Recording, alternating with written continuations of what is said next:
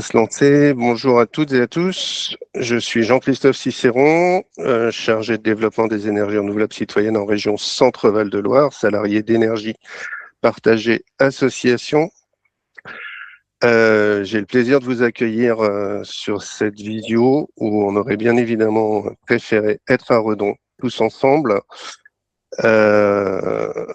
Encore merci pour votre présence en fait et qui témoigne du soutien et de la qualité de la préparation de ces rencontres avec une grosse pensée pour l'équipe organisatrice. Nous allons donc parler alliance fertile entre collectivités et citoyens avec l'exemple de 2 territoires, 2 stratégies gagnantes. On va tâcher de vous convaincre par l'exemple de cette alliance fertile.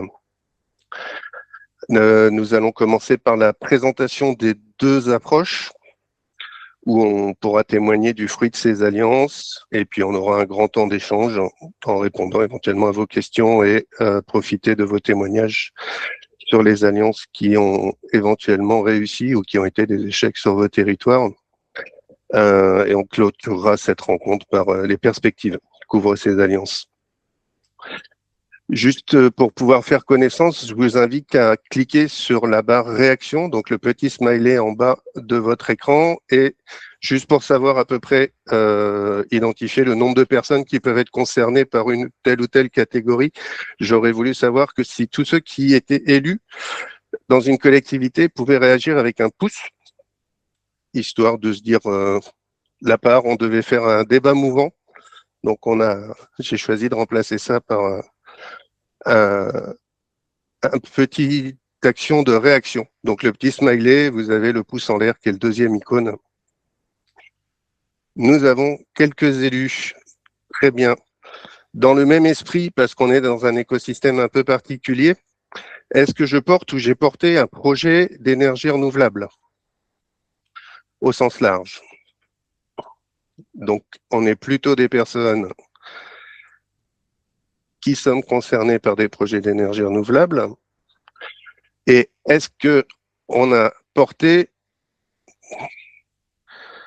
des projets d'énergie renouvelable citoyens? Donc, on va dire potentiellement labellisés par Énergie Partagée,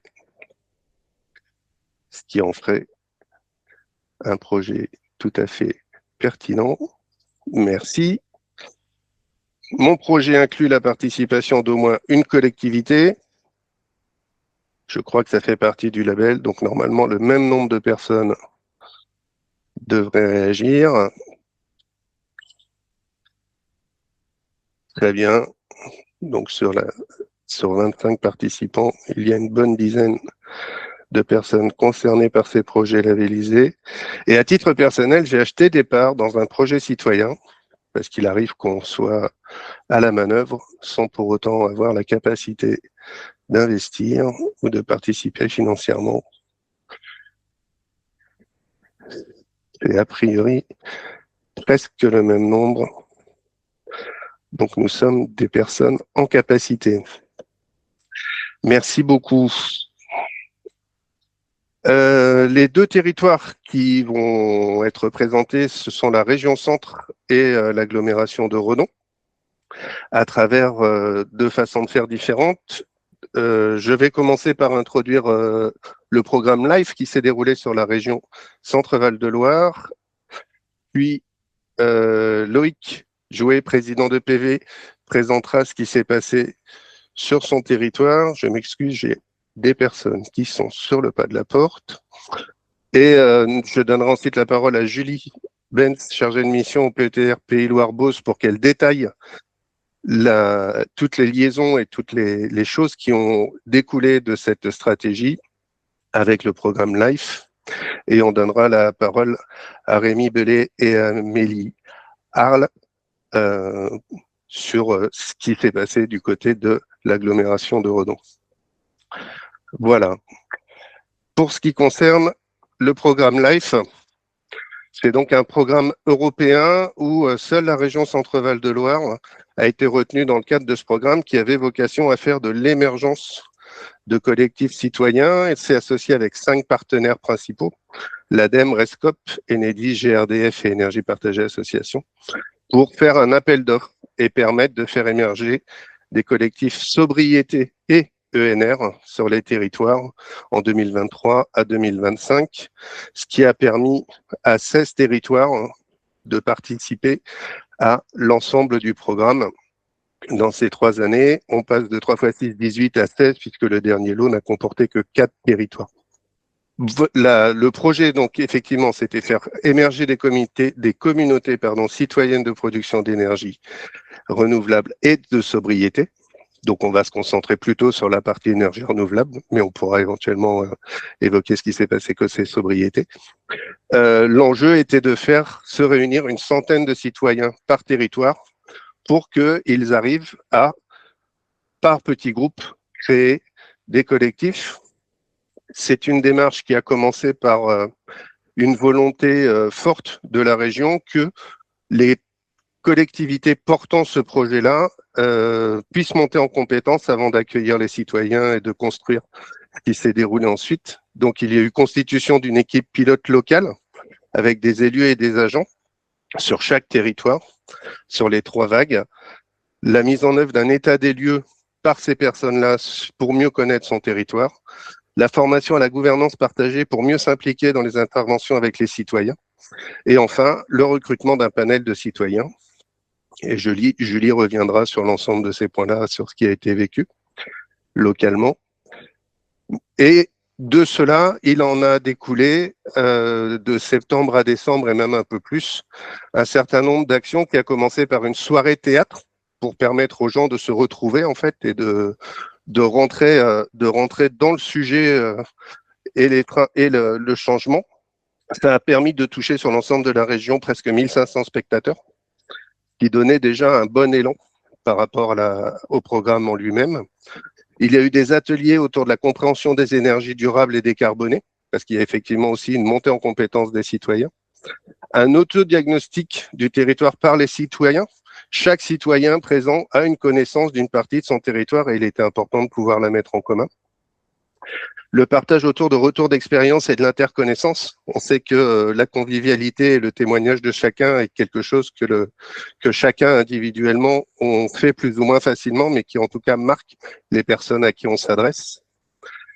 Il y a eu de nombreuses visites inspirantes dans à peu près toutes les filières et toutes les... Ah, pardon, excusez-moi, il y a des personnes qui arrivent. Donc des sites à proximité tels que des recycleries, des méthaniseurs montés par des collectifs, des PV toitures sur hangar pour effectivement bien comprendre ce que ça... Enfin, montrer qu'effectivement le chemin avait déjà été parcouru par certains et il suffisait éventuellement de reprendre ce chemin-là pour avancer sur de nouveaux projets. Et enfin, l'émergence de collectifs suivant les thématiques sobriété. Donc, il y en avait 5, consommation, déplacement, habitation, économie d'énergie et éducation populaire, et des collectifs sur l'énergie renouvelable. Ça a aussi permis, et c'est ce qui a dépassé un peu du mois de décembre, la mise en place de conversations carbone, qui a permis la formation de 150 facilitateurs. Donc, c'est des binômes qui animent des rencontres et l'animation de plus de 500 personnes sur l'ensemble du territoire. Les conversations carbone permettent d'appréhender dans les différents domaines de la sobriété des actions amélioratives et partagées pour diminuer son impact. En quelques images, on comprend vite que c'est souvent en intelligence collective et par petits groupes qu'on travaille. Voilà, ça a duré 3 ans. Et Julie témoignera d'ici peu des fruits que ça a pu apporter. Je passe la parole pour l'exemple de Saint-Granton. Bonjour à toutes et tous. D'abord, vraiment désolé de ne pas pouvoir vous accueillir à Redon en direct, en live. C'est comme ça, c'est les joies du réchauffement climatique. Je ne vais pas intervenir tout seul, donc je suis président de l'association EPV Énergie Citoyenne en Pays de Vilaine à Redon. Je vais intervenir avec Rémi Bellé, qui est élu à l'agglomération, et Amélie Arlès, qui pilote dans l'agglo tout ce projet. Donc, la première chose, si on s'axe bien sur la coopération entre EPV et les collectivités, on a commencé en 2003 par les fondateurs, les utopistes du moment, ont d'abord voulu produire leur propre énergie renouvelable sur le territoire. Et à cette époque-là, ce sont uniquement des citoyens qui se sont mobilisés. Il devait être une vingtaine à se réunir une fois par semaine pour essayer d'avancer sur ce projet un peu fou. Et il a fallu 5 ans pour qu'il commence à entrevoir la possibilité, toujours dans ce cercle citoyen restreint, de réussir à passer le cap vers des permis de construire. Et à ce moment-là, en 2008, la seule collectivité qui a été appelée, qui a répondu à cet appel de financement dans un dossier à risque, c'est le département de Loire-Atlantique. Pour rappel, en géographie, Redon se situe entre 3 départements et 2 régions. Donc, on a dès 2008 réussi à avoir en fait ce budget citoyen et collectivité conseil départemental, qu'on appelait conseil général à l'époque. Et en 2010, les 2 premiers permis de construire ont été reçus. On n'en attendait qu'un et on a pu en avoir 2. Donc ça, après tout le développement s'est fait sur ces fonds privés et conseil départemental. Et en 2014 et 2016, les parcs respectivement ont été mis en place. En 2014 et 2007, les premières tours de pales ont eu lieu. La première chose, c'est que les citoyens ont déjà d'abord pu montrer que ce rêve pouvait se transformer en réalité par eux-mêmes. Et en 2014-2015, ça s'est pas arrêté là, et un grand changement dans la coopération s'est mis en place avec de nouveaux projets, et par exemple celui de Saint-Ganton que je vais détailler un tout petit peu après, et un autre à Plessé. Et là, les collectivités locales se sont vraiment embarquées dans la phase à risque et dans cette phase de développement. Ces 2 parcs-là, ces 2 nouveaux parcs ont eu l'autorisation et sont en phase de recours. Diapo suivante, Jean-Christophe. Juste pour exemple de ce qui s'est embarqué dès 2014, et là on voit que la gouvernance est multiple. Je ne vais pas les détailler fortement, mais on voit qu'on a 4 collèges qui ont été mis en place, les citoyens, les représentants des acteurs d'énergie citoyenne, les représentants des collectivités qui sont bien là, et les représentants des acteurs de l'investissement territorial. Je les détaille un peu rapidement quand même. On voit bien que c'est multi-acteurs et que dans les collectivités, on avait déjà 2 communes, Saint-Ganton et Pépriac, et Redon-Aglo qui se joignaient là. Et on avait également un acteur public qui se mettait en place, c'est le syndicat d'énergie d'Ille-et-Vilaine qui était là, et puis d'autres partenaires dans les énergies citoyennes globalement, notamment Enercop Bretagne. Voilà, et les citoyens étaient bien présents, et vous avez à gauche la répartition financière, on ne va pas s'attarder. Je vais passer la main à Rémi ou Amélie. Ah non, pardon, je poursuis. La coopération s'est assez rapidement globalisée, c'est-à-dire qu'on ne s'est pas contenté d'être uniquement sur l'énergie renouvelable, et c'est vraiment un point très important à mon avis dans la description, c'est que les 2 premiers parcs se sont engagés dès leur permis de construire à financer de la sobriété et à l'époque sans les collectivités. Et aujourd'hui, les 3 premiers parcs qui ont été mis en place représentent 90 000 € annuels à peu près et qui nous ont permis d'être en autonomie sur des projets de sobriété qui allaient de la formation dans les écoles, des ateliers de cuisine ou des ateliers d'éco-gestes pour les habitants. Et ça nous a permis 2 choses, d'être en autonomie sur cette transition et également de commencer à collecter des subventions quand on commence à mettre un peu d'argent au pot et plus facilement il y a des fonds complémentaires qui arrivent. Et 3e point, de commencer à être crédible auprès des élus. 2 points importants à mon avis qu'il faut retenir de ça, c'est que la production d'énergie renouvelable peut financer la sobriété et plus globalement la transition écologique. Ça, c'est vraiment important de ne pas compter uniquement sur des fonds publics pour financer ces dynamiques. Et le 2e point, c'est d'asseoir la capacité des collectifs citoyens à se financer et à animer des actions en complémentarité des collectivités, comme on va le voir plus globalement tout à l'heure. PV aujourd'hui, c'est 15 salariés, 50 bénévoles, 7 commissions, et progressivement, le partenariat et la confiance sont instaurés avec les collectivités. Et je vais passer la main à Rémi ou Amélie pour montrer leur perception de cette évolution. Je vais commencer. Je ne sais pas si Amélie est là. Elle est par là, mais elle n'a peut-être pas de. Parce qu'elle a des problèmes de réseau. Alors, je ne sais pas si elle fait partie en fait des habitants bretons qui ont encore de l'électricité ou pas d'électricité. Tu peux te présenter, Rémi, peut-être d'abord. Bonjour à toutes et toutes. Voilà, je peux redire en fait que moi aussi j'aurais préféré vraiment être en présentiel. Du coup, je me présente. Moi, je suis paysan sur Plessé. Voilà, je prêt tous les matins mes vaches et j'en fais pour une partie du camembert avec mon associé Rachel. Je suis aussi en fait élu sur la commune de Plessé en Loire-Atlantique, donc un des 3 départements, et puis vice-président au niveau de Redon-Agglomération en charge de la transition écologique. Donc ça veut dire en charge en fait du PAT et en charge du plan climat air énergie. Voilà mes fonctions en fait au niveau de Redon-Agglomération.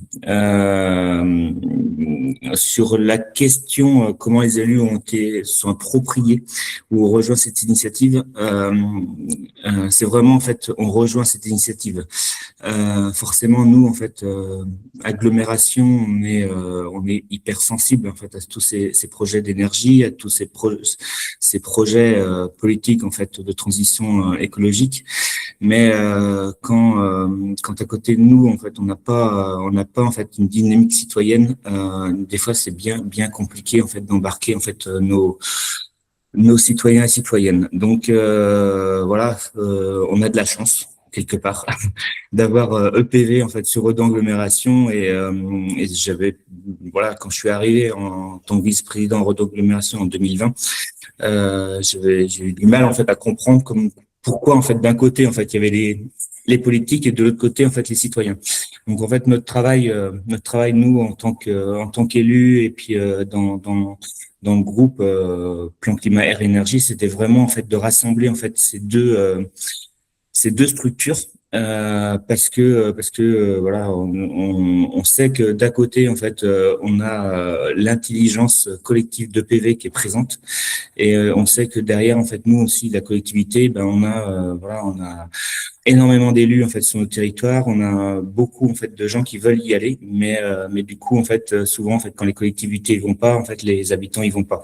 Donc c'était notre idée générale. Du coup, ça s'est d'abord programmé par la participation au programme TESS, voilà, qui moi en fait quelque part m'a pris, j'ai pris conscience en fait avec ces programmes. Donc c'est transition écologique et sociétale emmenée par les collèges des transitions dans les Pays de Loire. Et moi, ça m'a permis en fait aussi de prendre conscience de tout ça, que forcément on pouvait pas piloter tout seul en fait ces transitions en tant que collectivité. Voilà, donc je le redis en fait aussi, c'était l'émergence de programmes politiques en fait sur les transitions. Derrière nous, on emmène en fait des programmes politiques. C'est notre rôle en fait en tant qu'élu. Voilà, après en fait, ça amène beaucoup de débats en fait ces sujets de transition. Je sais pas si ça va amener beaucoup de débats en fait après ces épisodes de grosse chaleur, mais voilà, on ira encore au combat parce que des fois même c'est compliqué en fait de faire évoluer en fait voilà les pensées politiques de certaines personnes. Voilà, forcément aussi c'est construire un programme sur plusieurs années. Voilà, c'est pas voilà un travail à court terme. On le voit bien en fait tout le temps qu'il faut en fait pour une dynamique citoyenne pour lancer un projet en fait d'éolien. Je pense que c'est pareil en fait sur toutes les transitions. Voilà, et puis forcément la réalité des budgets, voilà, qui nous permettent pas en fait de faire tout seul. Nous collectivités, qui permet pas non plus à EPV en fait d'être tout seul dans son coin non plus. Je pense que voilà quand on rassemble en fait nos idées, notre intelligence collective, vraiment en fait on avance vraiment très vite. Donc voilà, je sais plus s'il y avait une autre slide après. Amélie, si tu es là, tu peux. Bonjour à tous. Je ne sais pas si vous m'entendez, parce que j'ai vraiment des problèmes de connexion, donc je m'en excuse. Très bien. Super. Tu as dit beaucoup de choses, Rémi. Donc, enfin, voilà, tu es bien revenu sur l'historique. Il n'y a pas forcément beaucoup de choses à ajouter. Peut-être quelque chose qui a aussi participé, enfin, c'est ce qui a été dit par Loïc et par Rémi, c'est qu'en fait, sur le territoire, finalement, la transition énergétique, elle a vraiment été emmenée par les dynamiques locales et les dynamiques citoyennes. Il y avait peut-être même un genre de questionnement côté institutionnel et peut-être une certaine forme de... En tout cas, il y avait une distance, c'est sûr, entre le monde citoyen et le monde institutionnel. Et cette coopération qui est en train de se mettre en place et de se poursuivre, de se développer avec EPV, elle vise aussi ça à permettre vraiment à réduire et en fait, c'est complètement s'affranchir d'ailleurs de ces barrières institutionnelles pour vraiment être et faire collectif autour des sujets des transitions. Et il y a peut-être une autre raison qui peut expliquer cette distance des collectivités, c'est aussi le côté plus réglementaire, où pendant un certain temps, les collectivités ne pouvaient pas forcément participer financièrement à des projets. Et puis même au-delà de la participation, c'était aussi la question de la compétence en termes de transition qui n'était pas forcément affichée auprès des collectivités. C'est depuis 2010 qu'il y a les PCAET qui doivent être, enfin les PCET à l'époque. Donc ça aussi, cette impulsion réglementaire, j'imagine qu'elle a aussi participé, en tout cas les collectivités et les élus, à prendre la mesure des enjeux de transition, avec la chance d'avoir sur le territoire déjà des forces vives qui étaient engagées et sur lesquelles elles ont pu s'appuyer pour poursuivre la démarche. On va passer du coup au PETR Loire-Beauce, qui est un des territoires à avoir suivi le programme LIFE. Et je passe la parole à Julie, si tu veux bien te présenter. Merci Jean-Christophe. Bonjour à toutes et à tous. Alors oui, je me présente en quelques mots. Donc, Julie Benz, chargée de mission énergie-climat au Pays Loire-Beauce, donc un territoire à l'ouest du Loiret, dans la région centre. Et donc, ma plus grande mission, c'est de piloter le PCAET, le plan climat énergie territoriale, mais sur mon poste pendant de 2021 à 2025, le rôle a aussi été de coordonner sur notre territoire le programme Life Let's Go for Climate, comme l'a présenté Jean-Christophe tout à l'heure. Donc moi j'ai pris le relais en 2024, donc j'ai surtout pu voir tous les résultats positifs du programme chez nous. Et donc, c'est l'objet là que je vous en partage un peu les résultats. Donc, notre territoire, il s'est lancé en 2021 dans le programme. Donc, comme l'a dit tout à l'heure Jean-Christophe, une dizaine de territoires de la région centre s'est lancé dans ce programme. Nous, on a été donc un des premiers 6 territoires, donc celui qui était donc un de ceux où on peut voir le plus le fruit, puisque c'était en 2021 qu'on s'est lancé dedans. Donc, c'est lancé, les élus ont décidé de partir dans ce programme pour répondre à notamment 2 problématiques qu'ils ont pu identifier sur le territoire.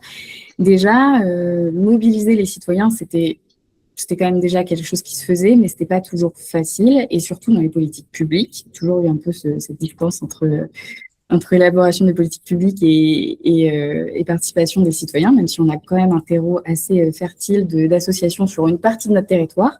On a un territoire de 1000 km², donc on a une partie très active le long de la Loire et puis l'autre plutôt dans la Beauce avec un peu moins de richesse en association. Donc l'idée, c'était aussi de réussir à mobiliser à l'échelle de notre territoire. Et puis le second problème qui a pu être identifié, c'était d'avoir des outils de planification qui sont pertinents par rapport à l'urgence climatique.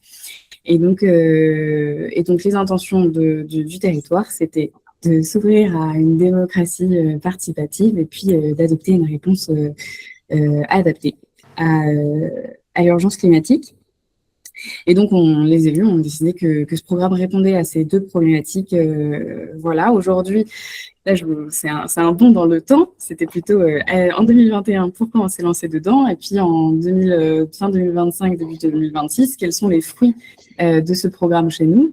C'est déjà, comme je vous l'ai dit, je suis en charge du plan climat. Eh bien, dans mon comité de pilotage du plan climat, j'ai des citoyens qui sont issus de ce programme régional. Donc ça a toujours été à l'initiative des élus qui ont toujours été favorables à ce qu'on puisse travailler avec ces citoyens. Et donc aujourd'hui, voilà, c'est vraiment des partenaires, mais on pourra y revenir. Et puis ça va de pair avec la réappropriation citoyenne de l'action publique. Voilà, les élections municipales ont eu lieu il y a quelques mois. Mon vice-président en charge du plan climat, c'est un citoyen qui était dans le programme LIFE. Il était élu municipal à l'époque, mais aujourd'hui, il est vice-président au PETR, ce qui n'était pas le cas à l'époque. Donc clairement, ça a pu être un des résultats grâce au programme LIFE. Voilà, stratégie de dépolitisation pour réussir l'élargissement des publics, c'était plutôt dans le processus du LIFE. Ce qui a permis d'essayer de rassembler pas mal de citoyens, c'est que voilà, il n'y avait pas vraiment de sujet, voilà, de questions politiques ou pas politiques. C'est un sujet qui revient souvent dans notre territoire et ça s'est toujours voulu être plutôt une démarche qui rassemble. Voilà, peu importe les convictions politiques. Voilà, aujourd'hui, et tout le long du programme, ça a été un travail de collaboration et non d'opposition. Pourquoi ? Parce que, par exemple, la démarche de nos citoyens avec lesquels on travaille aujourd'hui est différente de démarches de citoyens qui pouvaient exister. Malheureusement, voilà, on a par exemple des associations sur les enjeux de transition écologique sur notre territoire qui ne sont pas toujours entendus par nos élus. Alors que ici, puisque ça se veut quand même des citoyens qui se sont mobilisés dans le cadre d'un programme amorcé par des élus, il y a une écoute mutuelle entre l'action des citoyens et les élus. Et donc voilà, justement parce que ça se veut plutôt apolitique. Donc il n'y a pas d'opposition entre l'action des citoyens engagés et les élus de notre territoire. Voilà, donc des outils de planification qui sont co-construits et un soutien multilatéral donc dans le cadre du plan climat. Et également, on a lancé l'année dernière notre projet alimentaire territorial. Et donc, ces citoyens qui étaient engagés dans le LIFE sont également un peu notre vivier de citoyens engagés. Voilà, et puis si on passe sur la slide d'après, je vais vous présenter un petit peu concrètement quels sont les projets qui ont pu émerger sur notre territoire grâce au LIFE. Donc, on a 4 collectifs citoyens qui ont décidé de se rassembler en une association. Donc l'association, c'est l'Albâtre pour Association Loire-Beauce. Donc Loire-Beauce, c'est notre territoire, en action pour la transition, la résilience et l'environnement. Et donc 4 collectifs citoyens. L'un, peut-être qui nous intéresse le plus aujourd'hui, c'est l'Albert. Donc c'est notre collectif plutôt en charge des ENR. Donc au début, c'était surtout sur des ateliers pour accompagner les particuliers dans leur installation de panneaux photovoltaïques chez eux. Et puis au fil du temps, ça s'est plutôt transformé en collectif pour accompagner les collectivités dans des projets, notamment d'autoconsommation patrimoniale. Une petite slide après pour vous donner un petit peu plus de détails sur ce sujet. Deuxième collectif plutôt sur le covoiturage et comment on accompagne le covoiturage, donc toujours en concertation avec les élus. Par exemple, ce collectif fait partie des parties prenantes de nos 2 EPCI, puisque nos 2 EPCI ont la compétence mobilité, et donc ces citoyens travaillent avec nos 2 EPCI. La création d'une ressourcerie, voilà, sur l'une de nos 2 communautés de communes, et puis un autre collectif qui est plus large sur la sensibilisation des enjeux carbone, et comme en a parlé tout à l'heure Jean-Christophe Cicéron, dans le cadre du LIFE, des facilitateurs conversation carbone ont été formés et donc c'est dans ce cadre-là que ces conversations carbone perdurent. Voilà, on a toujours des cycles qui perdurent, même si le programme s'est terminé l'année dernière en décembre 2025, on continue à avoir des cycles de sensibilisation. Et puis pour vous dire aussi l'impact que ça a sur notre territoire, c'est que le partenariat continue au-delà peut-être même de ce que ça avait été imaginé. Là, sur notre territoire, on a imaginé un facilitateur et moi-même qui suis aussi facilitatrice, un format de conversation carbone à destination des nouveaux élus qui viennent d'arriver sur notre territoire pour qu'on puisse partager ensemble des bases communes sur les enjeux environnementaux. Et donc l'Albâtre, cette association qui a réuni les 4 collectifs, elle a pu changer de posture au fil du temps. Au début, c'était plutôt le PETR qui était la structure qui coordonnait l'action citoyenne sur le territoire. Et puis maintenant, l'Albâtre et le PETR, notre structure, sont devenues de vraies collaboratrices. On accompagne l'Albâtre, qui a d'ailleurs son siège chez nous, son siège social chez nous. On les accompagne pour se développer. Voilà, on accompagne le financement, par exemple, de la ressourcerie, ne serait-ce que on prête des locaux, etc. On accompagne vraiment leur développement. Et puis, en contrepartie, ils nous aident beaucoup. Par exemple, comme ça a été dit tout à l'heure par notre prédécesseur, on ne peut pas y arriver tout seul en tant que de collectivité. Notre plan climat, comme sur chaque territoire, on ne peut pas y arriver avec seulement un pilote. Donc, c'est un vrai partenariat. Ils nous aident dans le déploiement, même dans l'élaboration de certaines mesures de ce plan climat. Voilà, pour vous donner un petit peu un aperçu de l'Albâtre. Et puis, pour faire un petit focus sur l'Alberte, dans la diapositive suivante, s'il vous plaît. Elle y est. Alors moi, Allier, c'est que ça n'a pas bougé chez moi, mais si vous la voyez, c'est bon. Je l'ai sous les yeux. On voit Frédéric en tout cas. Très bien, c'est parfait. Effectivement, donc sur cette slide-là, voilà, c'est bon, je la vois. Il y avait un petit délai. Donc c'est comme j'ai pu l'aborder, on a eu un projet de maison de santé pluridisciplinaire qui a émergé sur le territoire. Qui vient tout juste de se terminer au niveau de sa construction. Et donc, pendant l'élaboration de cette maison de santé, il a pu, l'un des collectifs citoyens a pu mettre sa main à la pâte et proposer de l'autoconsommation patrimoniale, donc avec l'installation de panneaux photovoltaïques sur le toit de la MSP. Et donc, il y a eu un travail en partenariat avec l'AREC, notre agence régionale énergie-climat, qui ont pu identifier la consommation des bâtiments publics de cette commune-là, Sainty, et puis pouvoir calculer que c'était quand même c'était très rentable pour la commune d'installer ces panneaux photovoltaïques. Voilà, ça a pu peut-être que Jean-Christophe, tu pourrais rentrer dans les détails, mais en tout cas, ça a pu permettre de faire progresser un projet pour lequel ce n'était pas du tout prévu au début du projet, ce n'était pas du tout question. C'est grâce à l'intervention de ce collectif citoyen qu'on a pu mettre en place ce sujet. Et puis cette association, l'Albâtre, maintenant se met vraiment dans une posture de mise à disposition de ses compétences, de tout ce qu'elle a appris au fil des années où elle a travaillé pour se mettre à disposition de nos élus. On l'a fait intervenir de manière très régulière dans nos comités syndicaux, nos réunions décisionnaires, pour présenter tout ce qu'elle peut faire, un petit peu son offre de service auprès des communes. Donc voilà ce qu'elle peut faire sur l'autoconsommation patrimoniale dans les communes de notre territoire. On a des communes qui ont levé la main et qui ont dit effectivement, ça peut être très intéressant chez nous, et donc c'est quelque chose qui va probablement un petit peu s'égrainer sur notre territoire. Donc on en est plutôt content. Donc c'est toujours dans une posture partenariale. Et puis pour terminer sur ce court témoignage, on a pu essayer d'identifier, c'est pas exhaustif, mais quelques éléments de réussite. En tout cas, chez nous, on considère que c'est plutôt une bonne réussite. En tout cas, les fruits du programme LIFE, les élus en sont vraiment satisfaits. Quelques éléments de réussite en amont du projet, c'est que les élus étaient déjà impliqués, donc déjà des élus à plusieurs échelles, puisque c'est une démarche engagée par la région. Le président de la collectivité a toujours été une force moteur de ce programme. Voilà, on en a parlé à chaque réunion, etc. C'est quelque chose où on a essayé de faire un suivi tout le long du programme pour impliquer le plus possible. Donc, oui, je crois qu'on a perdu Julie en termes de connexion. Je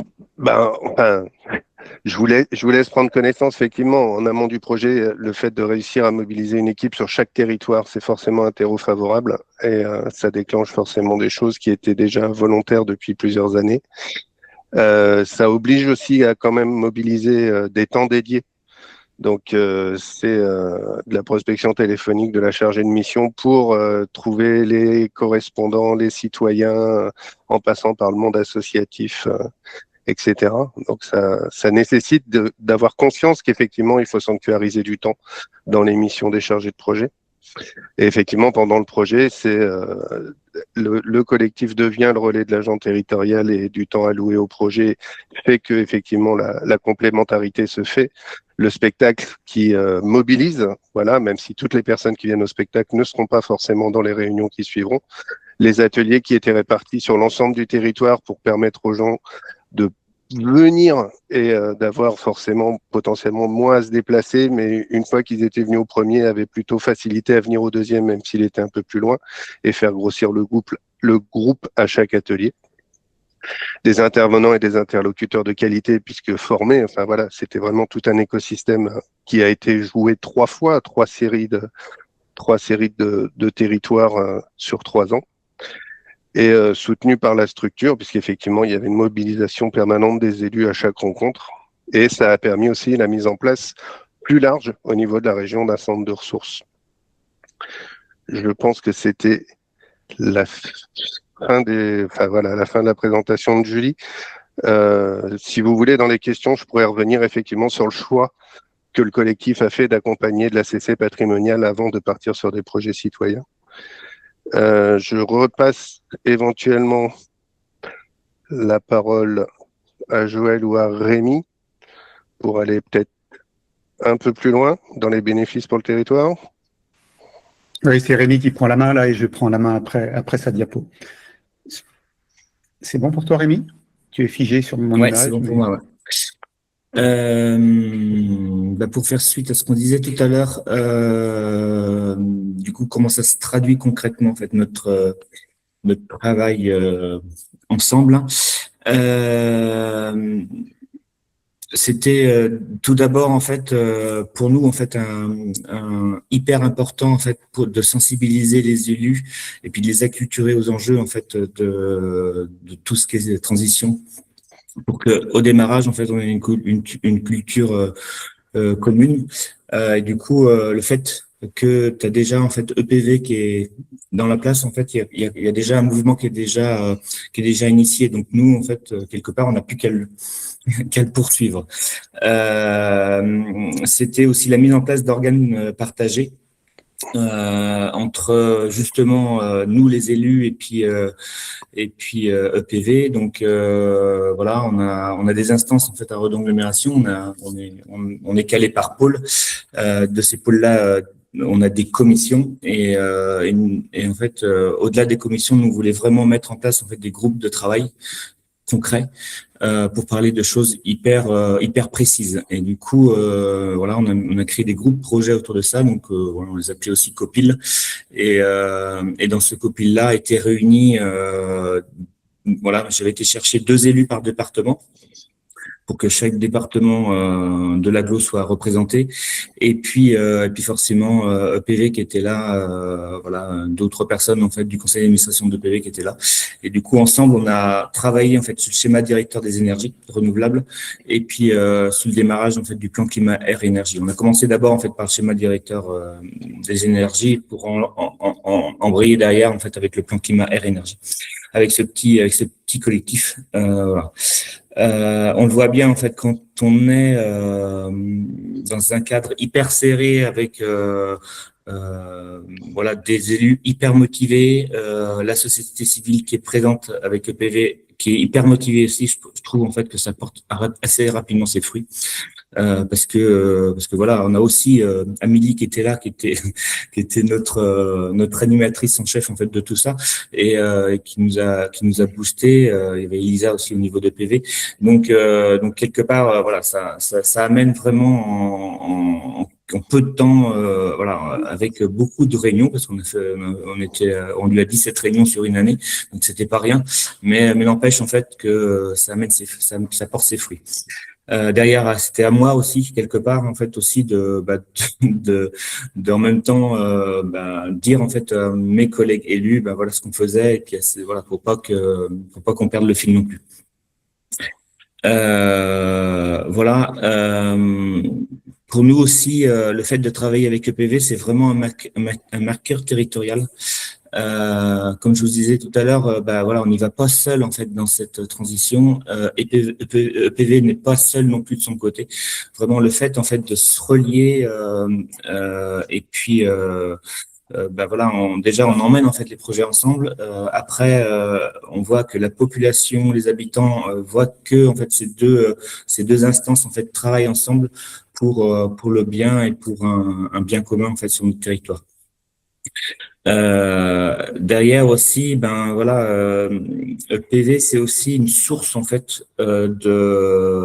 d'intelligence collective incroyable et en fait ils sont toujours quelque part à nous booster en fait sur ben voilà sur les sujets innovants, sur ce qu'il faudrait faire.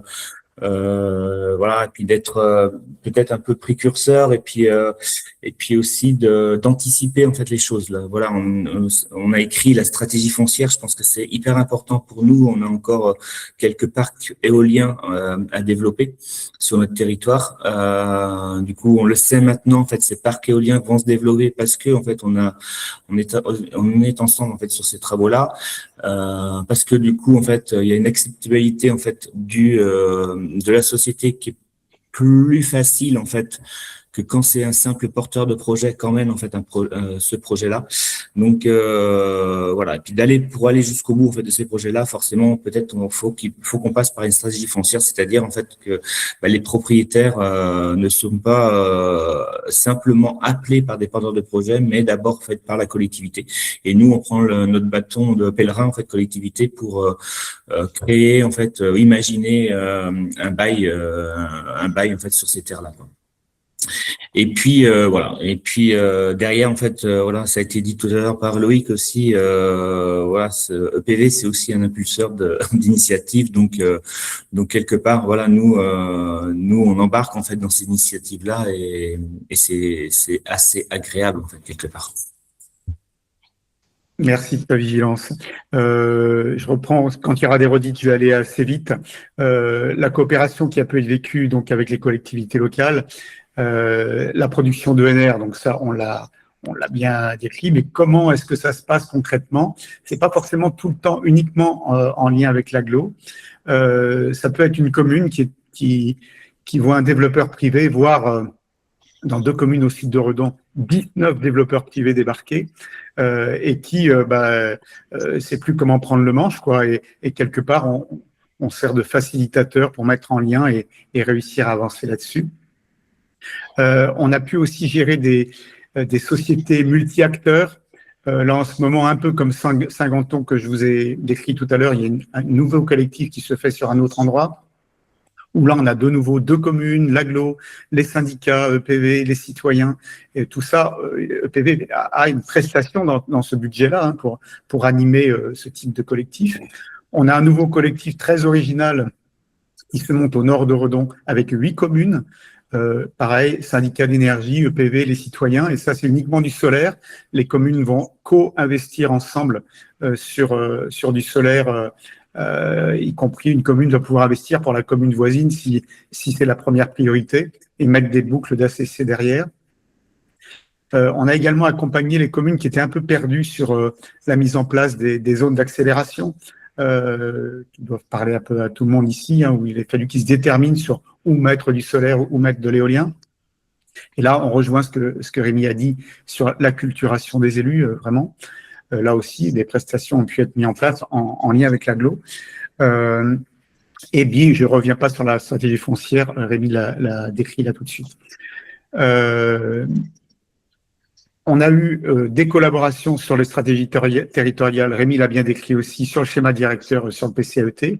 Donc, on va passer sur l'autre volet qui me semble aussi important que la production d'ENR avec la diapo suivante, qui est le reste en fait. Hein. Et comme je vous l'ai décrit, EPV a 7 commissions, et dans ces commissions, il y a des commissions mobilité, sobriété, bien sûr production d'énergie, flexibilité, etc. Et là, pour faire des petits focus, les liens avec l'agglo ont pu se faire sur un défi mobilité, essayer d'encourager les habitants du territoire à prendre leur vélo, voire à faire du covoiturage. Donc là, il y a un soutien de l'agglo pour qu'on anime ça, ce défi. On anime également un collectif mobilité avec d'autres acteurs de l'ESS et l'agglo On est en train de mettre en place un consortium mobilité, excusez-moi pour tous les termes, mais là, ça va être ciblé sur les entreprises, sur la mobilité dans les entreprises. Et là, on s'associe avec le regard de l'agglo, mais avec d'autres acteurs du territoire que j'ai cités sur la diapo. Sur la sobriété, là, il y a vraiment des choses très nouvelles qui se mettent en place. L'agglo gère une agence de l'attractivité, enfin en tout cas est fortement partenaire de cette agence d'attractivité du territoire. Eh bien, tous les ans, tous les 2 ans, un salon de l'innovation et ils ont invité EPV à animer un collectif low-tech dans un salon de l'innovation, fallait l'oser. Et ça nous a permis de rentrer par une autre porte en lien avec l'agglo sur un autre regard sur l'avenir. Et de la même façon, là, tous les ans ou tous les 2 ans, je ne sais plus, il y a un salon de l'habitat. Eh bien, un collectif animé par EPV, mais qui va comporter des artisans, des architectes, un collectif habitat durable va s'incruster dans ce salon de l'habitat. Et là encore, une aide de l'agglo va nous permettre de le faire. Et là, le dernier volet qui est un peu notre bébé du moment, c'est la consommation locale, quoi. On a été depuis toutes ces années très très impliqués dans la production. Beaucoup de vos collectifs sont sur la production d'énergie. Et là, on voit bien que la tutelle de l'État s'échappe un peu, on s'émancipe pour des raisons économiques.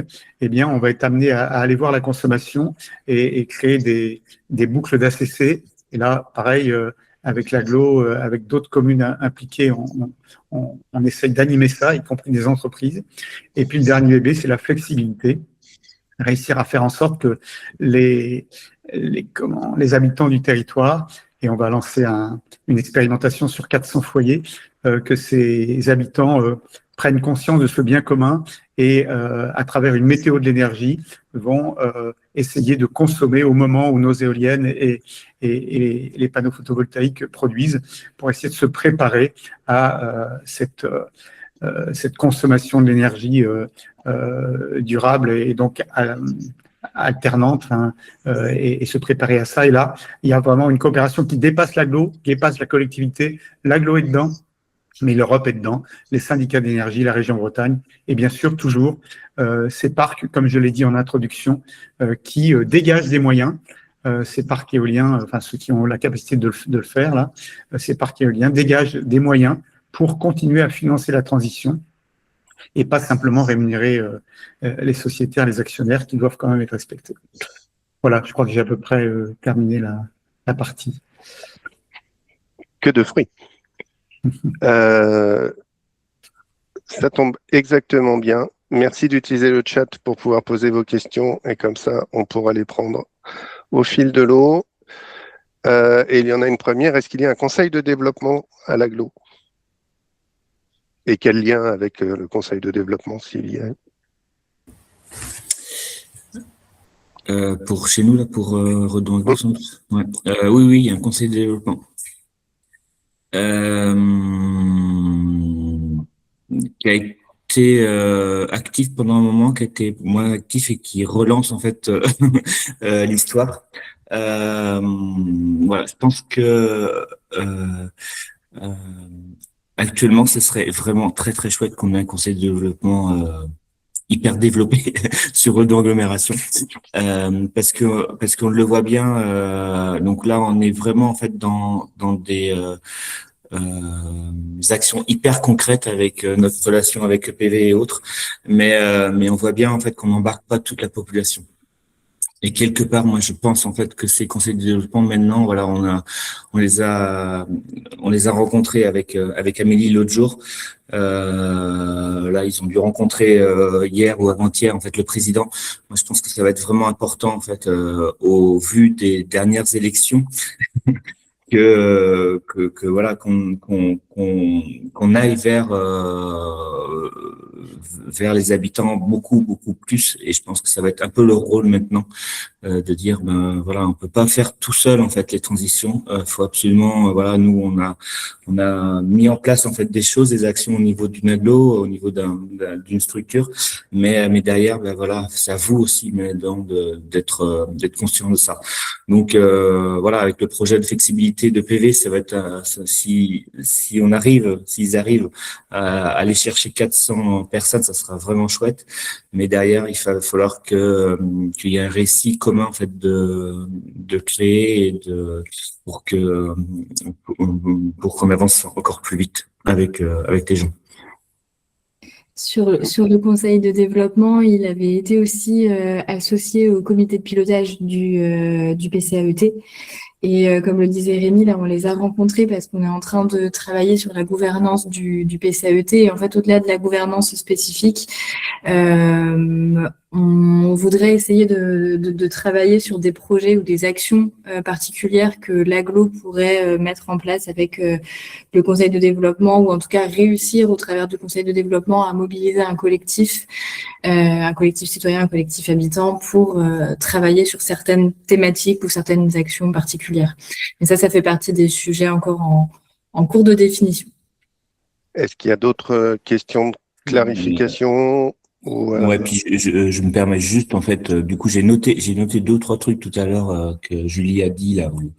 Voilà, une démocratie participative locale, peut-être créer une amicale. En fait, il y a des choses en fait qu'on va pouvoir piquer en fait d'ailleurs pour que on embarque en fait plus de personnes. Voilà, il y a vraiment. Puis alors du coup, moi, j'avais peut-être une question par rapport à Julie. Concrètement, en fait, c'est quoi les conversations carbone? Bonne question. Les conversations carbone, ce sont des cycles, donc un cycle de 6 ateliers de 2 heures. L'objectif, c'est de réunir toujours les mêmes personnes, mais c'est au fil du temps. Donc, en principe, il y a 2 semaines entre chaque atelier, et entre le 5e et le 6e, il y a plutôt 1 mois pour vraiment avoir le temps de digérer. Chaque atelier a une thématique, vraiment consommation, mobilité, alimentation, énergie à la maison. Et puis la dernière séance, c'est plutôt comment, avec tout ce qu'on a vécu ensemble, comment est-ce qu'on en parle autour de nous, et comment on se met nous dans l'action si on a envie d'agir. C'est vraiment un cycle qui se concentre plutôt sur le chemin, et pas trop sur atteindre un objectif tous ensemble, puisqu'on a tous des départs différents. Le but, c'est de créer un collectif. Voilà, c'est un atelier qui a été créé par un peu avec les 2 démarches, et la démarche scientifique et la démarche un peu soin des émotions de chacun. Donc, c'est quelque chose qui regroupe les 2 et qui crée un juste équilibre un peu sur la technique tête, corps, cœur, si vous connaissez. Et voilà, c'est des jolis résultats. On a réussi à garder dans le temps des personnes qui étaient mobilisées sur ces sujets-là. Par exemple, ça a permis de faire émerger un des groupes à la fin du 6e atelier. S'est dit, on n'a pas envie d'en rester là. Et du coup, ils ont créé une animation. L'un des participants était professeur dans un collège. Et donc, il y a eu le groupe qui est venu faire une animation au collège d'une de nos communes. C'était chouette. Voilà, en grosso modo. Oui, ça accueille vraiment les gens où ils en sont par rapport aux diverses thématiques. Sur l'énergie, ça va peut-être inciter certains à acheter les appareils de mesure sur des prises, à aller regarder leur consommation d'électricité. Enfin, c'est vraiment c'est le premier pas qui permet de rentrer dans une dynamique à la fois individuelle en se questionnant sur ses pratiques et potentiellement collective à la fin du 6e atelier, où on donne l'opportunité aux gens de se dire, mais voilà, on vient de finir, donc ce qu'on proposait en conversation carbone est terminé, mais si vous voulez, on peut aussi être à côté de vous pour transformer ça en quelque chose de plus grand. Donc, il y a le témoignage, donc Jean-Philippe dans le chat qui a l'impression que souvent, mais l'avantage c'est qu'avec la présentation d'aujourd'hui, on dit que c'est pas que, souvent c'est à l'initiative des citoyens, mais les élus sont aussi des citoyens à part entière, je pense, avant tout. Donc voilà, chacun prend sa part à la mesure de là où il est capable de mettre du temps et de l'énergie. Par contre, il y a une vraie, donc les statuts de PV et l'étendue géographique de la structure maintenant, puisqu'effectivement ça a commencé petit. Pour la réflexion précédente, avant, moi je trouve ça super d'avoir les deux témoignages aujourd'hui qui montrent d'où ça peut partir. Et là, à l'évidence, c'est pas parti de la même façon de chaque côté. Et donc ça montre que c'est possible. Et il y a peut-être des endroits où des conseils de développement vont faire exploser les choses, et puis d'autres où c'est plutôt les élus qui embarquent. Et c'est bien qu'il y ait les deux qui se passent en fait. On ne sait pas pourquoi, en fait, la flamme s'allume quelque part. L'essentiel, c'est qu'à un moment donné, les flammes s'allument en même temps et qu'on puisse, et j'espère, et ça se passe aujourd'hui, que l'agglo nous lance des perches pour des nouveaux trucs et qu'inversement, comme le disait Rémi, on puisse nous aussi embarquer. Les statuts de PV, c'est une association donc qui date de 2003, mais dès qu'il y a eu des projets structurants et notamment les éoliennes, chaque parc éolien s'est structuré en SAS. Donc, il y a une société financière qui accompagne chaque gros projet. Mais par contre, assez récemment, finalement, ça fait que 3 ans, les statuts d'association se sont refondus pour que on reste en grande famille, en fait, et je vais décrire les territoires après. Et dans les nouveaux statuts de PV, il y a un collège citoyen, un collège des structures de production à venir ou déjà bien installées, un collège des salariés. Il y a 15 salariés aujourd'hui, donc il fallait vraiment qu'ils aient leur place parce que c'est eux qui nous poussent, très clairement, et c'est extrêmement intéressant, même si parfois bousculant. Et puis, on a élargi à un collège des collectivités et un collège des autres structures de l'ESS de la transition. Et donc, tout ça s'imbrique sont tous présents dans un conseil d'orientation qui se réunit tous les 3 mois, de façon à faire avancer la structure. Donc, oui, statut associatif, des périphériques, structure société, voilà. Et le secteur géographique, si au départ c'était sur Redon, plutôt pays de Redon, mais dès le départ, les premiers parcs éoliens, il y en a eu un sur le pays de Redon et un autre sur la communauté commune voisine qui est Pontchâteau-Saint-Gildas.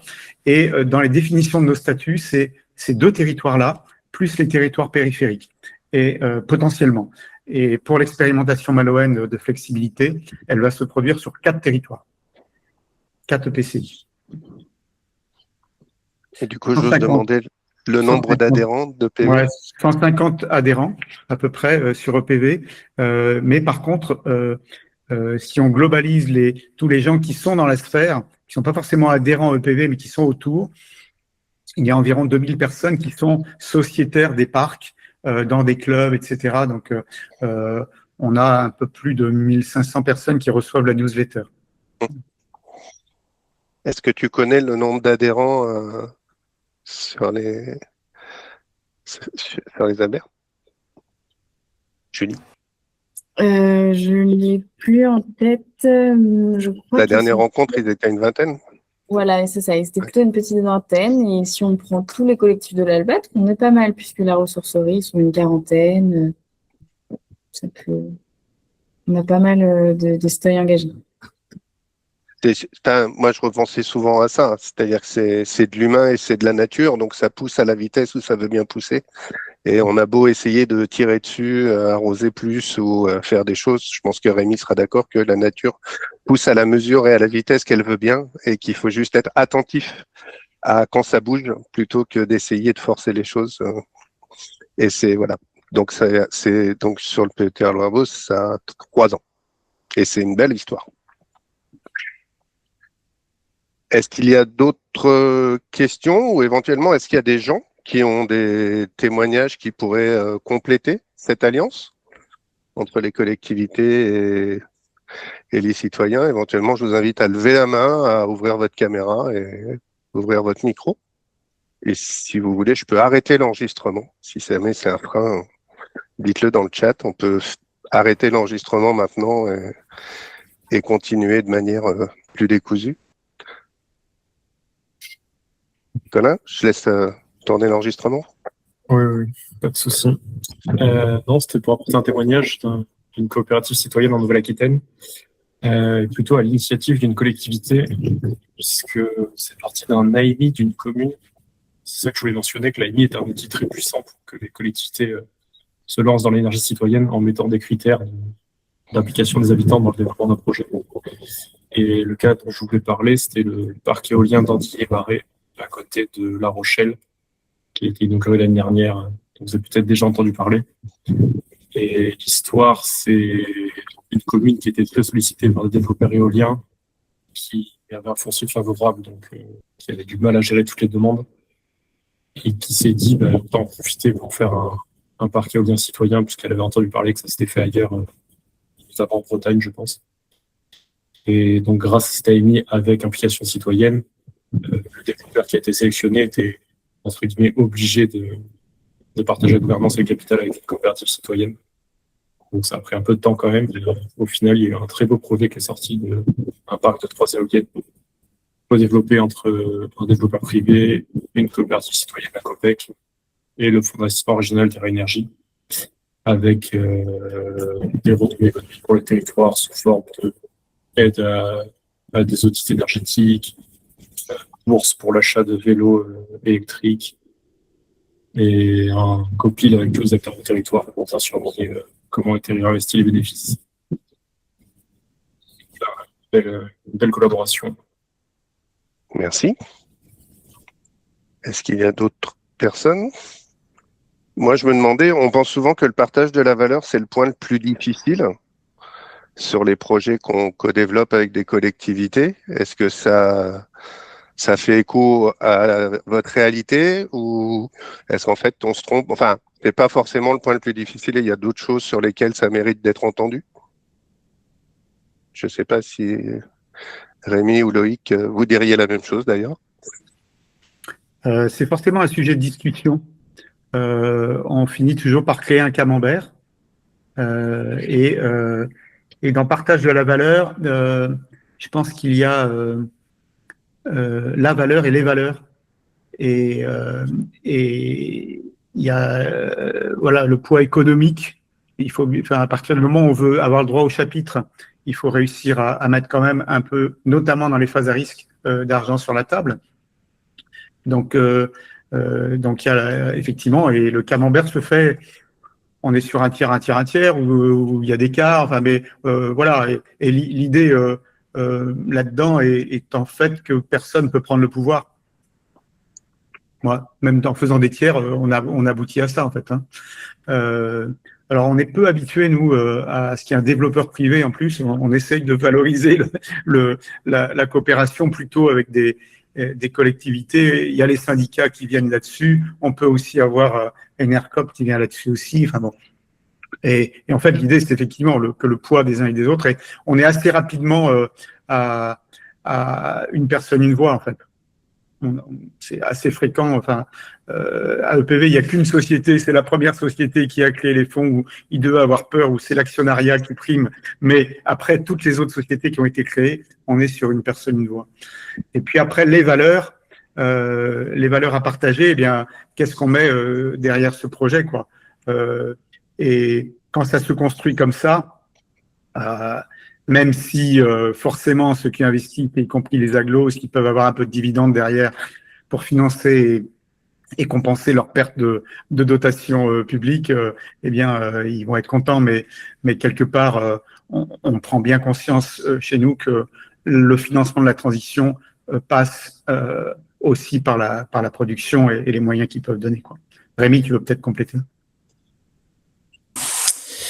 Ouais, en fait, c'est des projets qui ont amené beaucoup de valeur, je pense. Donc, valeur humaine, valeur de travail collaboratif, collectif, voilà.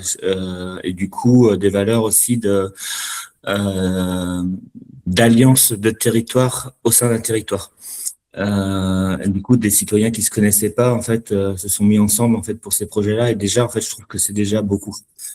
Et derrière, en fait, ça amène, en fait, on l'a vu, en fait, dans ce qu'on a dit, ça amène aussi d'autres projets, et du coup, d'autres valeurs aussi. Où souvent, nous, on a vraiment des difficultés avec les élus autour de ces projets-là. C'est que d'un côté, il faut que ça rapporte assez rapidement beaucoup d'argent. Mais faut pas en mettre beaucoup au départ. Après, c'est comme dans chez tout le monde, je pense. Bon, bref, mais n'empêche que là, on a aussi en fait ce truc-là qui se passe.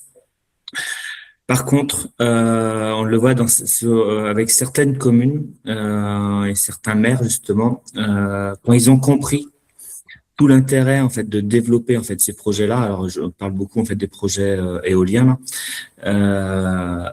Quand ils ont compris que du coup c'est quand même vraiment mieux en fait que ce soit citoyens avec les collectivités plutôt que des porteurs de projets qui emmènent ça.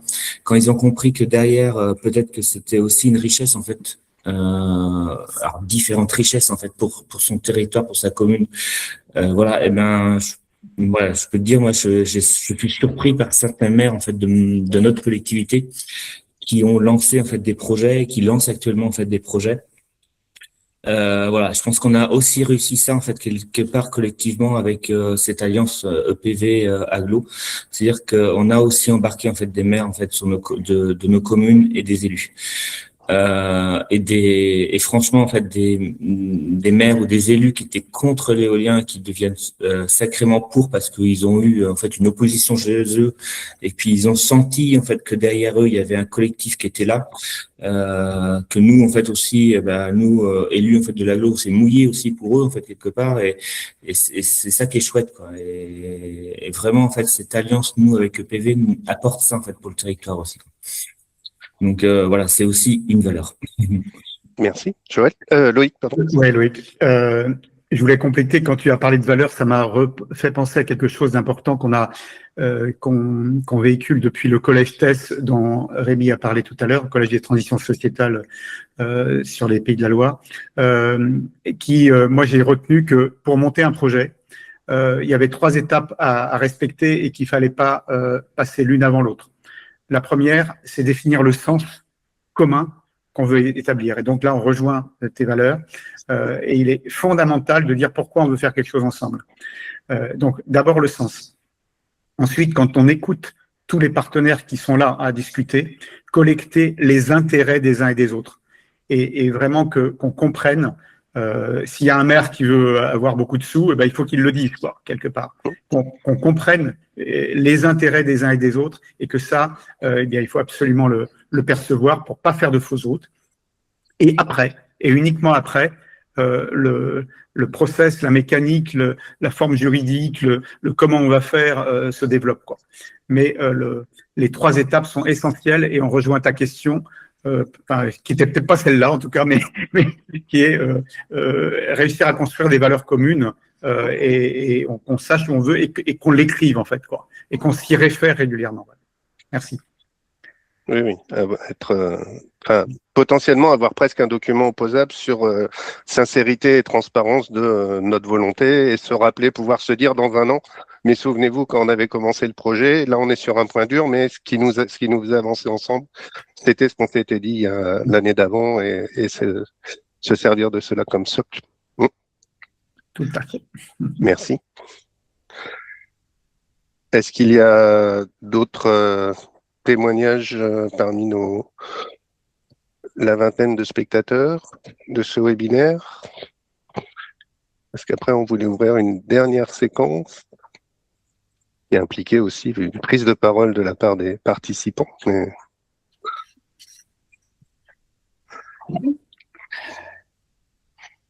Bon, ouvrons cette dernière séquence qui est sur quelle perspective. Donc normalement, je partage mon écran avec une question qui est plutôt à tous et on reviendra sur le PLTR du Pays Loire-Beauce et EPV juste après, mais qu'est-ce que ces témoignages évoquent pour vous, participants, comme perspective de l'énergie citoyenne, sachant que c'était un modèle pour EPV sur l'éolienne à une époque d'obligation d'achat et qui a une grande réflexion à mener en ce moment, et pour la transition de vos territoires, actuelle, voilà. Est-ce qu'il y a quelqu'un qui veut y aller? Moi, je sais que d'habitude, c'est moi qui parle le premier parce que ça débloque toujours un peu la situation, mais comme là, j'anime, c'est plus compliqué pour moi. Vas-y, Colin, ouais. Je veux bien remplir ce rôle de lancement. Merci. Perspective, ça me confirme penser qu'effectivement, la collaboration avec les collectivités est indispensable pour lancer les projets citoyens. J'imagine pas trop, et j'ai pas trop d'exemples de collectivités qui travaillent, enfin, de collectifs citoyens qui ne collaborent pas avec des collectivités. Et justement, Cyrano, on a profité de ces élections récentes municipales pour créer des nouveaux partenariats, en lançant un AMI régional de collectivités intéressées pour créer des collectifs. Et ce que ça m'inspire, c'est qu'effectivement, on était un peu focalisé sur la production d'énergie.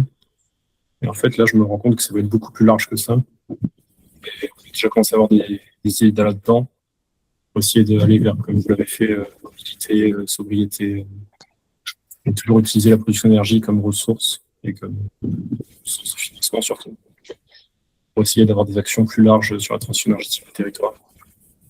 Donc, hyper intéressant. Merci. Oui, moi, je ne sais pas si ça m'inspire, si c'est en termes de perspective, mais je reste toujours d'interrogation sur la question de comment on embarque tout le monde, parce que ça a été dit tout à l'heure, et c'était un peu, enfin, c'était aussi pas par hasard que je posais la question sur le Conseil de développement, mais je trouve qu'on beaucoup d'expériences restent confrontés à cette question-là, et pourtant on ne fera pas la transition si on n'embarque pas tout le monde, quoi. Donc, je ne sais pas si c'est une perspective, mais en tout cas, je pense que c'est des choses sur lesquelles il faut qu'on aille à fond aussi, tous dans nos structures et dans nos collectifs. Voilà, c'était un peu plus une remarque.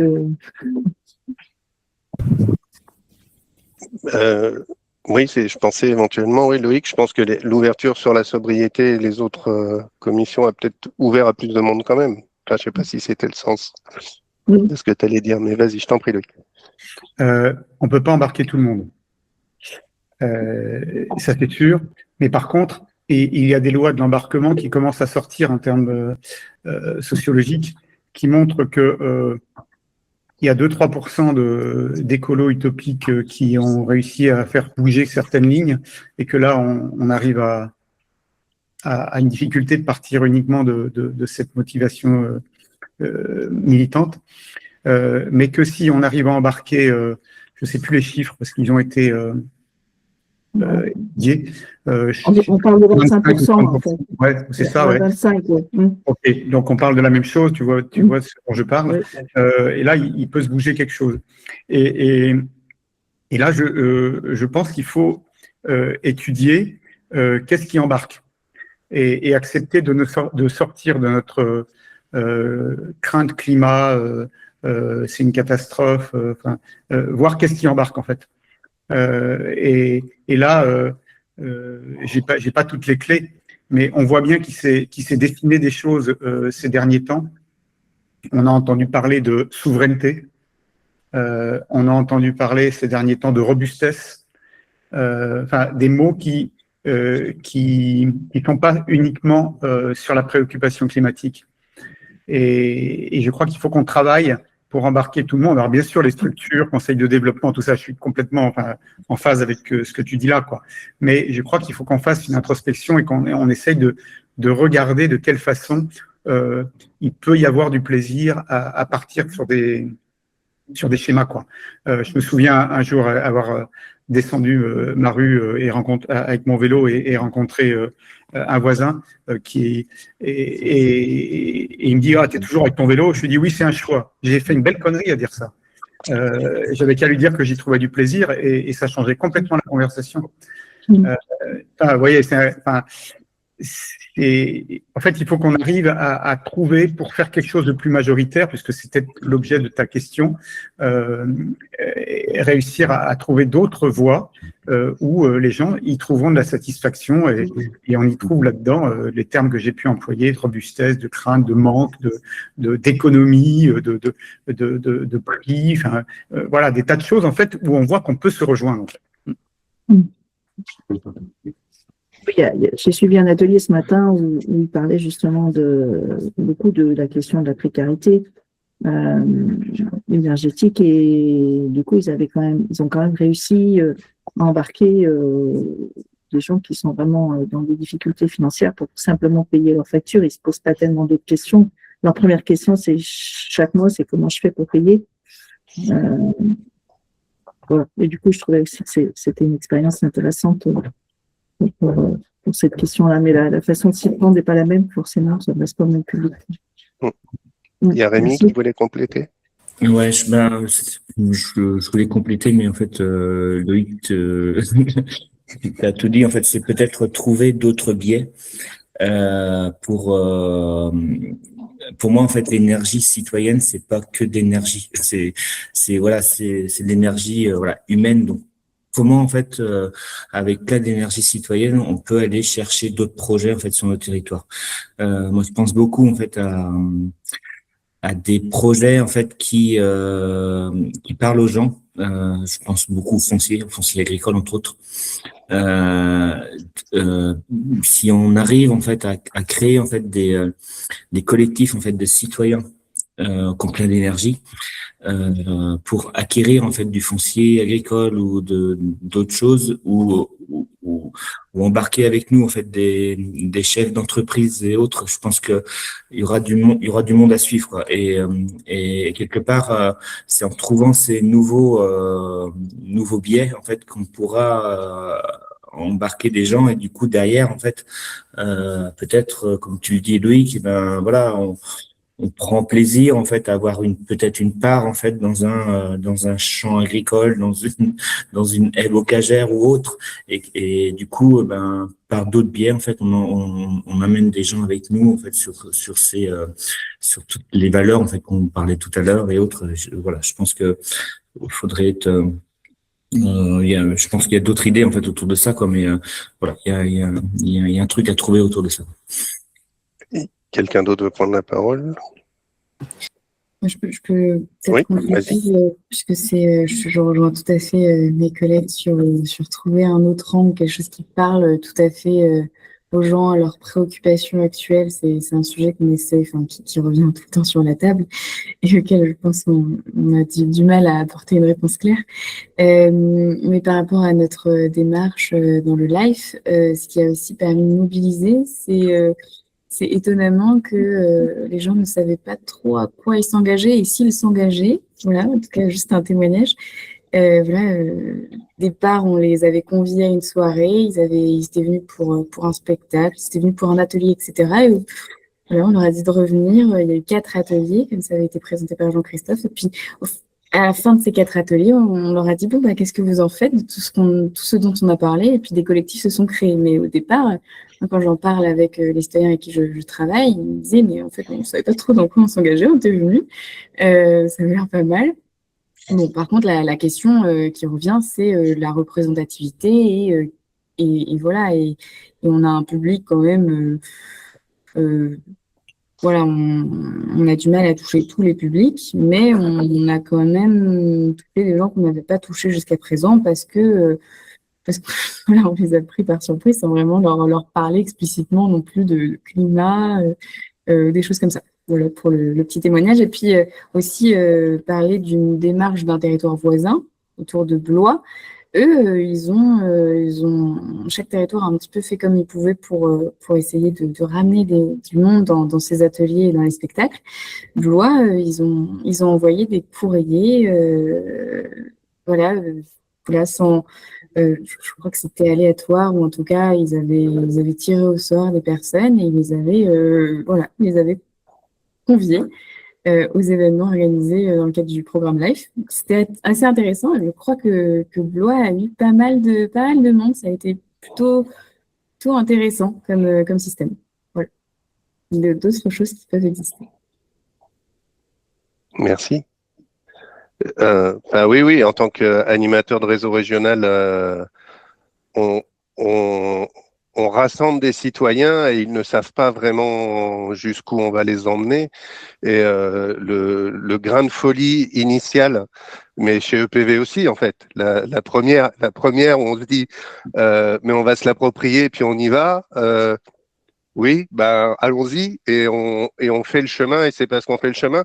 On a tous individuellement en fait un moteur.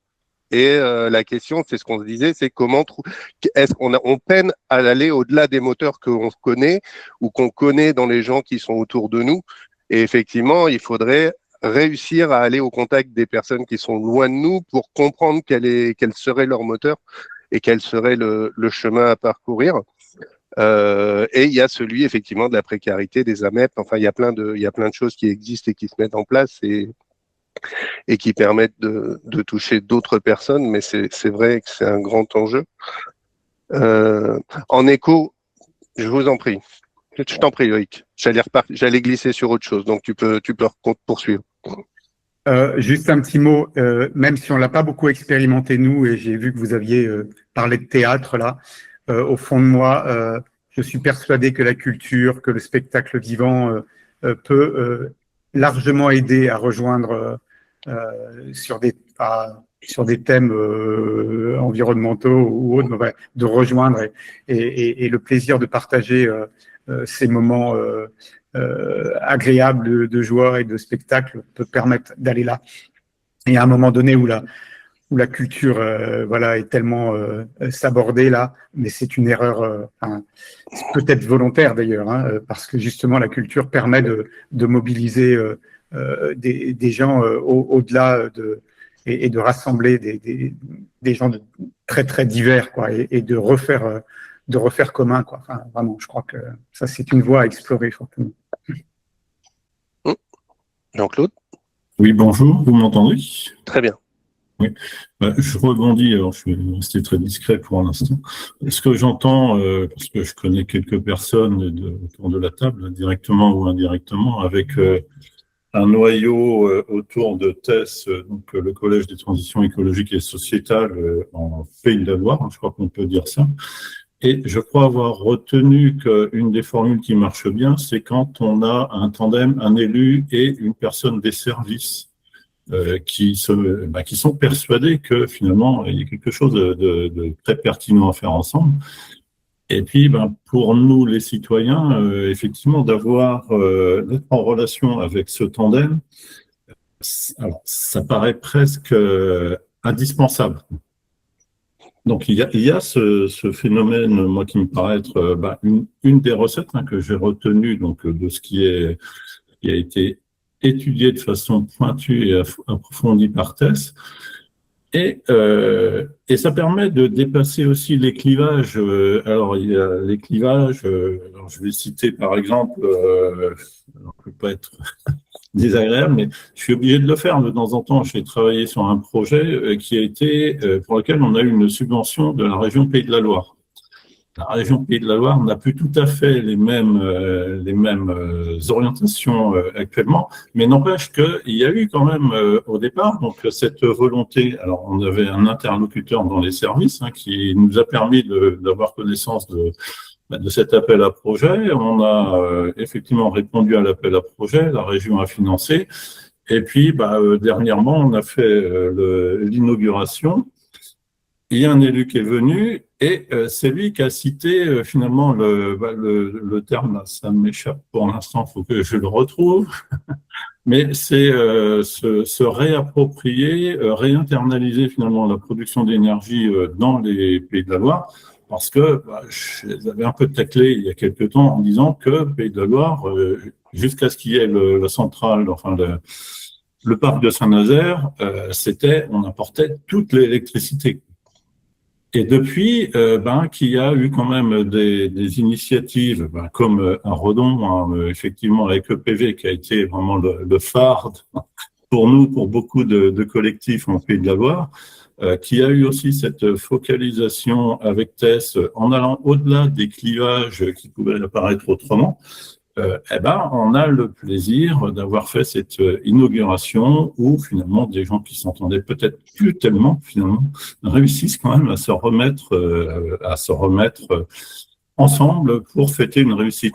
Et j'ai envie de dire, il y a les structures en soi, donc parler de la collectivité, mais je crois que c'est surtout les gens. C'est principalement les gens, quand il y a deux personnes qui se parlent et qui oublient que peut-être elles n'ont pas tout à fait les mêmes intérêts ou les mêmes discours.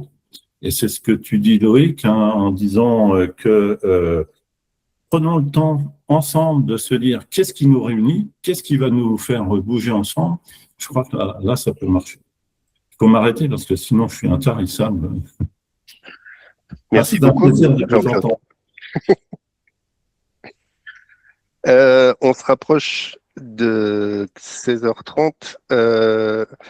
Donc moi, je voulais juste revenir sur les perspectives pour le NRC en reparlant de Jean-Luc, donc que Julie a évoqué et qui est devenu vice-président au PETR. En fait, on discutait beaucoup sur le fait que sur n'importe quel territoire, il n'y a pas vraiment de sens à ce que 100% des projets soient citoyens, mais il n'y a pas non plus de sens qu'il n'y en ait aucun.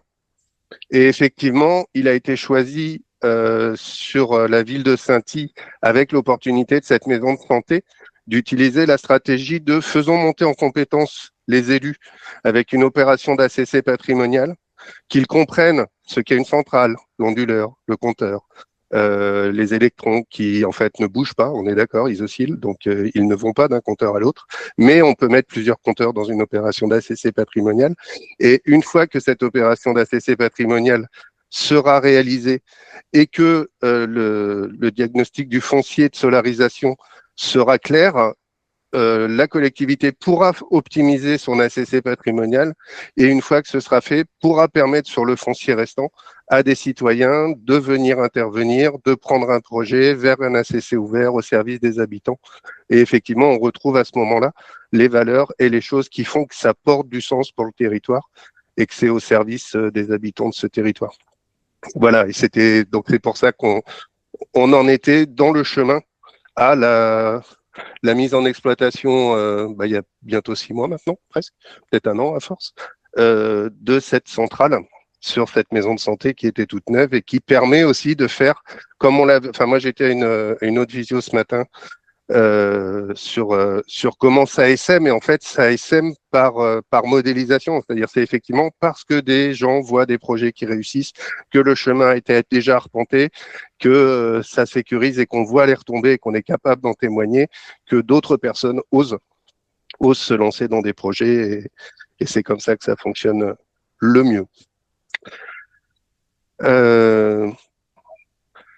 Je vais passer Julie, si tu veux, je sais pas, rajouter quelque chose, toi, de ce que tu vois de ton poste sur le futur des énergies citoyennes sur le territoire. En perspective des énergies citoyennes, en fait, on essaye justement, comme tu as dit, que ça essaime. C'est plutôt bien parti sur une autre commune de notre territoire pour une autoconsommation patrimoniale. En tout cas, il y a des réunions qui se projettent. Donc, comme tu en as parlé, ça pourrait s'essaimer. Donc, c'est très positif. Et puis, nous, on développe aussi beaucoup l'aspect sobriété avec donc les conversations carbone pour élus, qui est vraiment un enfant du programme LIFE. Et puis, toujours, on continue cette collaboration avec les citoyens du territoire. Voilà, je suis en contact continu avec eux et c'est en tout cas une chance de les avoir grâce au programme LIFE parce que c'est une vraie aide dans la mise en œuvre du PCAET. Voilà. Merci. Joël ou Rémi et Loïc. Pardon, à chaque fois, je ne vais pas y arriver. C'est Loïc. T'inquiète pas, t'es pas le premier à transformer Joël en Joël, c'est très fréquent. Moi, j'ai envie de dire à la fin que pour moi, il y a quelque chose qui peut émerger. C'est comme l'eau, aujourd'hui, est assez bien perçu comme un bien commun, quand on commence à se dire qu'il faut restreindre, eh bien, je crois que vraiment, une des voies, c'est de faire ancrer que l'énergie, l'électricité est un bien commun. Et dans commun, il y a commune, il y a communauté de communes. Et donc, c'est évident qu'aujourd'hui, la voie, c'est de transformer ces projets en un bien commun territorial. Et après, tout va se dérouler, quoi. Cette conscience de ce bien commun précieux, c'est ça la clé qui va nous permettre, au-delà des clivages, d'arriver. Voilà. Merci. Ouais, et puis je rajouterais l'autre bien commun en fait, forcément, comme je disais tout à l'heure, en fait, le foncier devrait être un bien commun et du coup, voilà, quand on parle de qualité d'eau, forcément, on a des choses aussi à faire autour de ça, assez rapidement, assez urgent. Que nous, voilà, collectivité, que les citoyens reprennent la main en fait sur le foncier et d'une façon ou d'une autre. Alors du coup, c'est un projet d'une ampleur incroyable, gigantesque, mais n'empêche en fait si voilà, si demain on veut encore une bonne qualité des eaux, si demain on veut qu'il y ait encore des blocages en fait sur les territoires, je pense que va falloir s'y prendre assez rapidement. Et je pense en fait que la force citoyenne est importante en fait autour de ça. Et je relis ce que je disais tout à l'heure. Je pense que quand même en fait un champ agricole, une parcelle agricole, ça parle à tout le monde. C'est peut-être voilà quelque part en fait quelques euros en fait dans une part, mais je pense qu'il va falloir qu'on y aille ensemble en fait autour de ça. Il y a déjà des structures qui existent, Terre de Liens ou autres, mais peut-être en ayant un travail beaucoup plus en local, je pense qu'on y arrivera peut-être mieux. Et du coup, voilà, pour moi, c'est aussi une suite logique en fait au travail en fait qui a été initié par EPV en fait sur notre territoire. Très bien, merci beaucoup. Vous aurez dans le PowerPoint au moins les ressources du PCAET de Redon et comment répliquer la démarche du territoire sur votre territoire du LIFE. Merci beaucoup pour votre attention, pour nos échanges. À charge de revanche de se croiser en vrai très bientôt, je l'espère. Je vous souhaite une très belle journée, une bonne continuation et à très bientôt. Au revoir.